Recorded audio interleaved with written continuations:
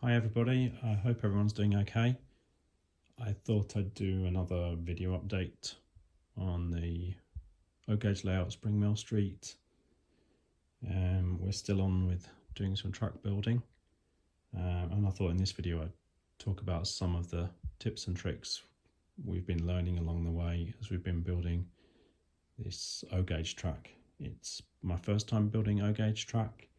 I've built a lot of 4mm scale track previously in P4 or scale 4, this kind of thing. This tandem turnout here, built with ply sleepers and functional plastic chairs. And the main difference between this and O-gauge, apart from the scale, is I used to build these away from the layout, directly on top of paper templates, as you can see here, held down with double-sided tape, which works really well, and you can take it away from the baseboard for the layout, sit with it and do it on your lap if you want. But this time, for the O-gauge layout, what I did was I went to my local print shop and took them the template plan, the whole of the O-gauge plan, and asked them to print it out on a suitable material. I basically took their advice, and they suggested this polyprop or polypropylene, which I believe is a plastic which is mainly used for banners, that kind of printing. But it's not completely plastic. I think it's got a printable side, so I think actually there's something like paper, possibly it is actually just paper, bonded to the plastic sheet, and I got them to print it out of full size, just on one roll. So the whole layout from this end all the way down to the other end was all printed out as one sheet. The advantage of that is primarily, unlike this, as you can see in this example, you don't end up, if you print it yourself, you obviously end up, unless you've got a very large printer, lucky enough to have a very large printer, you end up bonding all the sheets together and aligning the edges as best you can. That issue is completely taken away if you can print it all in one big roll like this. And for me, that was an important aspect for O-gauge.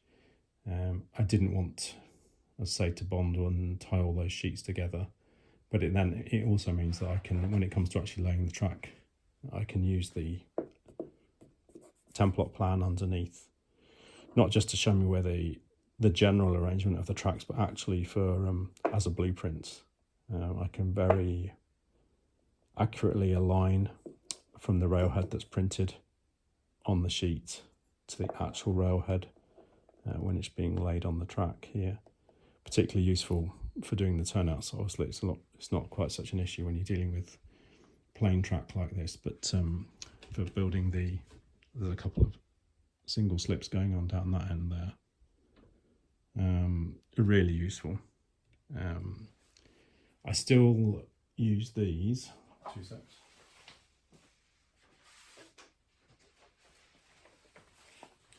So I've still printed out the more complicated bits of switch and crossing work on separate sheets of paper, simply because when it comes to creating the crossing V's and things like the wing rails, if you're trying to do it obviously on the baseboard itself, once you start putting rails down and timbers down, they're quickly going to get in your way when it comes to making up new pieces of rail. So sheets like this are really useful. These just duplicate what's obviously been printed here onto the polypropylene, but I can take these away to the workbench and solder up bits of rail, make sure that they're exactly the right size and shape, and then bring them back to the board and fit them. Some tips and tricks for O-gauge. Not that dissimilar to what we'd have done previously for P4. It's laser cut ply sleepers here, which have been stained with a wood stain, in this case an ebony wood stain, which works very well. Works better actually than what I used for these, which would have been some India ink and IPA, isopropyl alcohol. It creates a very nice kind of weathered timber effect, but what I found is the colour isn't fast. So this turnout was probably made 7 or 8 years ago, and the colour has significantly faded over time. I mean, it's still got quite a nice realistic appearance actually in the way that it has faded, but it definitely has the colours, because it's ink effectively. It's not meant to necessarily last forever, whereas these modern wood stains are probably a lot more reliable, especially when they're being used indoors like this. So ply sleepers, laser cut from 3mm ply. One thing just to note about these, I'll get some else so you can see what I'm talking about. One thing possibly to note about these when you're laying track yourself using these in a kind of modular way, as we've done here, is although they're cut 3mm thick, that's a nominal 3mm thick. So obviously these would have been cut from a much bigger sheet of plywood, and these all came from the same source, out of the same bag. But what we found when I laid a very short piece of test track, just to see what was going to work in terms of adhesives actually, more than anything else, is that I noticed that the plastic chairs weren't bonding in some cases, and I thought that was an issue with the adhesive we were using to stick the plastic chairs to the plywood, but actually it was not that at all. It was the fact that they were slightly floating above the surface of the sleepers, and it turns out 3mm plywood is, say, it's a nominal thickness. Depending upon what stock of plywood is actually delivered to the company that's laser cut the sleepers, there's going to be some variation, and that was the case here. So I think I ordered 500 sleepers or something like that, and we measured them up, and about a third of them were 3.2mm thick, and the rest were 3.4mm thick, roughly, something like that. And you'd think, okay, well, that's still something and nothing, but actually it will make a difference in terms of how easily the plastic chairs will bond to the sleepers. So it was a bit of a tedious exercise, but we used one of these cheap digital calipers. I think this one came from Aldi or Lidl or something like that, and just went through and sorted them, thicker ones and thin ones, and we try not to get them mixed up when we're laying the track. And it seems to have paid dividends. We haven't had any issues sticking the plastic chairs down to the plywood sleepers. For sticking them down, again, I think it depends not so much on the plywood itself, but the type of chairs which are being used. These are, I don't know if you can see some in here. I'm just going to focus. These are X-Acto scale plastic chairs. Nicely detailed.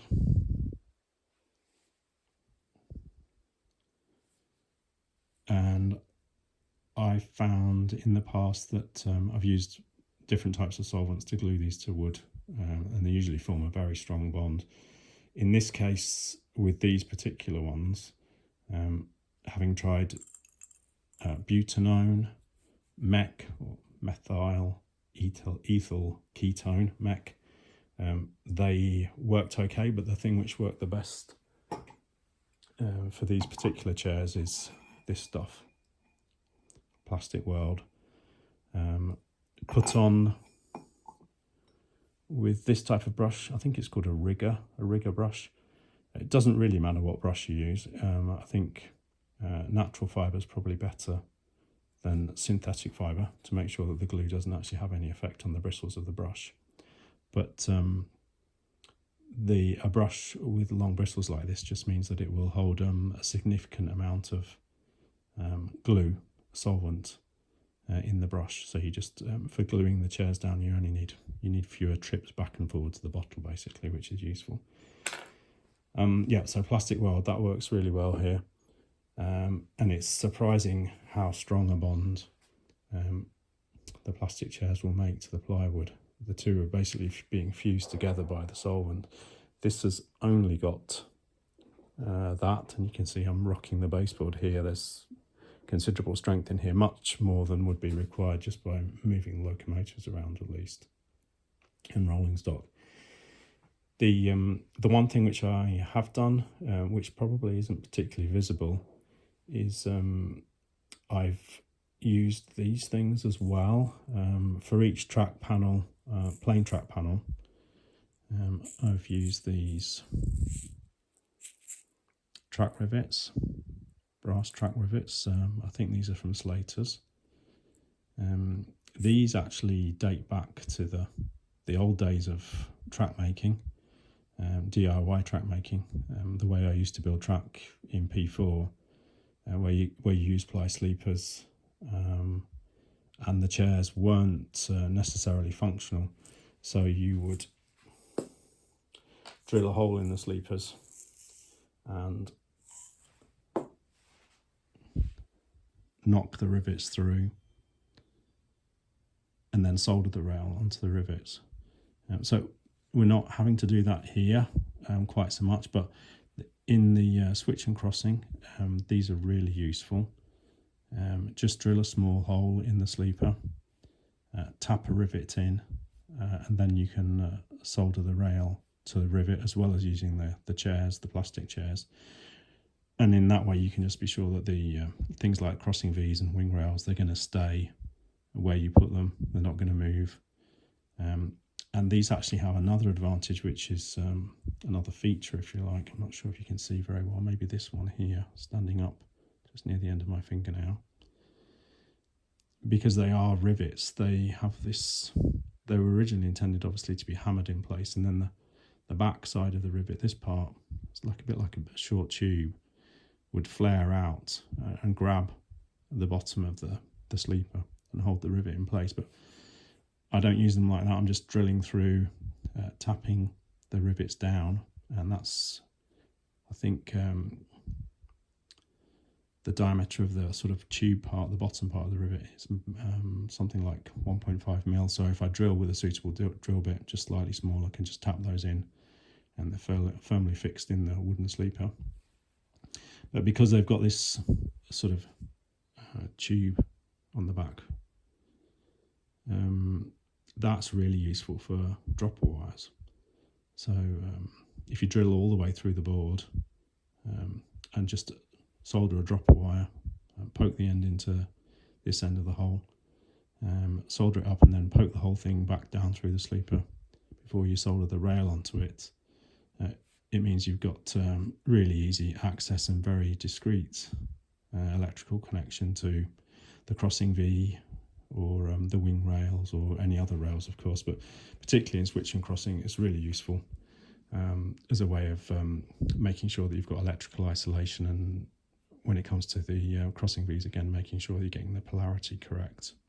So they're a really good thing, and I think they were pretty cheap. This is a stash of ones which were actually given to me, I think, and I've probably used, I don't know, 100 probably already, and it still looks like there's probably another 400 left or something like in there, so I think they'll see me out for this layout at least.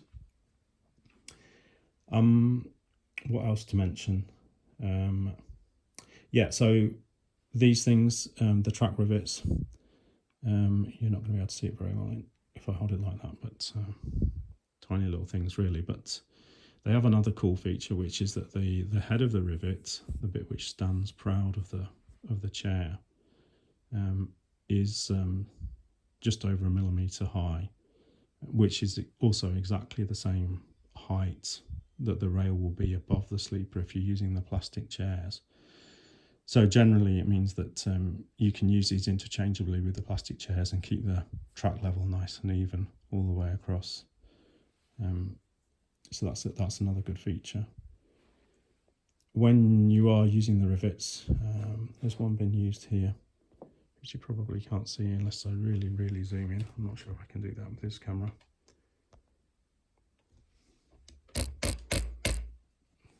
Sorry for the jerkiness, probably can't see very well, but just about here on this sleeper, this is where a rivet's been used. And there's a tiny little bit of solder there. It's here it's not structural. I'm not talking about just to keep the rail in place, and also to give a dropper wire.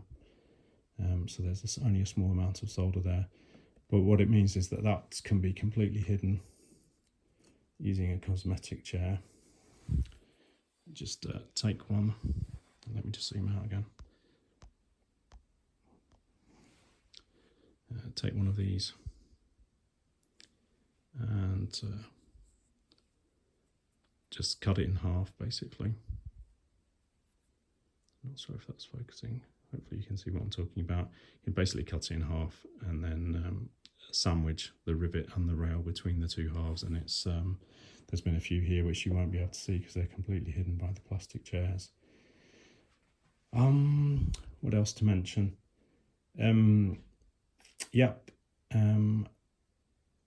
That approach, mixture of ply sleepers, plastic chairs, these little track rivets, the Ross rivets, to keep the rail in place through the switch and crossing work, but also for those electrical dropper wires, is working really well.